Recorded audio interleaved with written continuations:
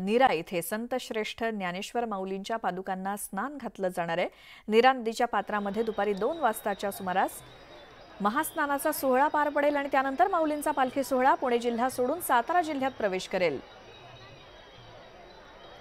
रामायण रचिते वाल्मिकी ऋषींच्या वाल्हे नगरीतून ही पालखी आज पुढे जाईल।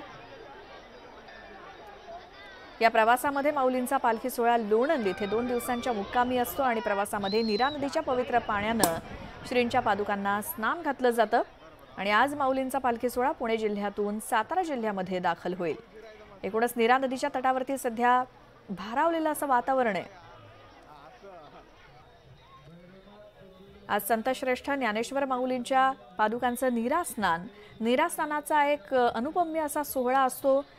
प्रत्येक वारकरी नीरा स्नान करतो आणि माऊलींच्या पादुकांना सुद्धा नीरा स्नान घातलं जातं। नीरा नदीच्या पाण्यानं स्नान घातलं जातं आणि हा सगळा सोहळा पाहण्यासाठी सुद्धा या नीरा नदीच्या काठी अनेक स्थानिक असतील किंवा या वारीमधनं चालणारे वारकरी सुद्धा हा सोहळा बघण्यासाठी जमलेले असतात।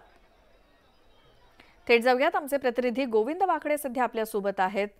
गोविंद, संपूर्ण वारी प्रवासातला एक मुख्य सोहळा म्हणावा लागेल नीरा स्नानाचा, काय माहिती द्याल?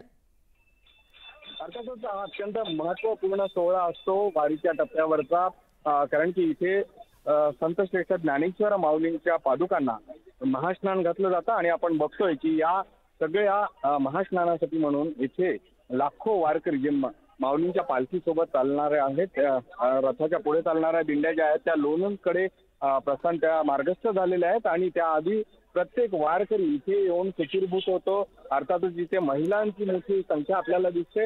या नदीमध्ये परंपरागत नीरा नदीच्या या पाण्याने श्रींच्या पादुकांना परंपरागत जे महास्नान घालण्याची प्रथा आहे ती आजही इथे पाळली जाते।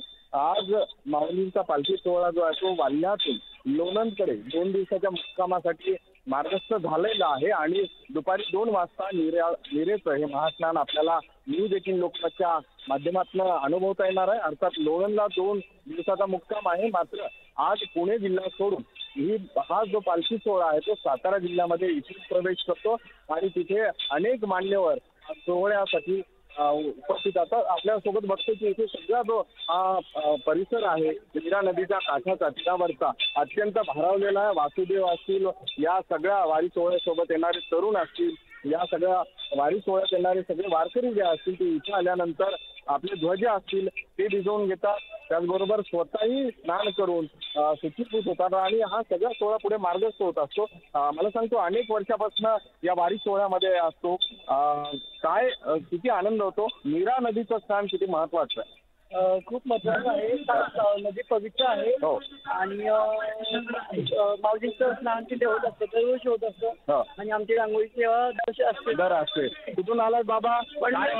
बरं, पंढरपूरवरनं आळंदीला आलो, आता पंढरपूर पायी दिंडी घेऊन चाललोय आम्ही। संपत्ती सोहळा लागला टकळा पंढरीचा।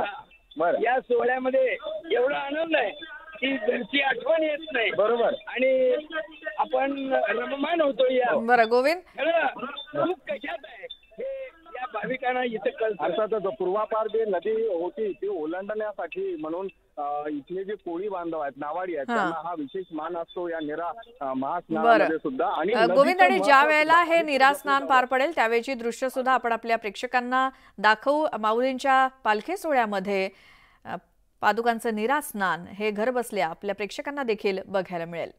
धन्यवाद या सगळ्या माहितीसाठी।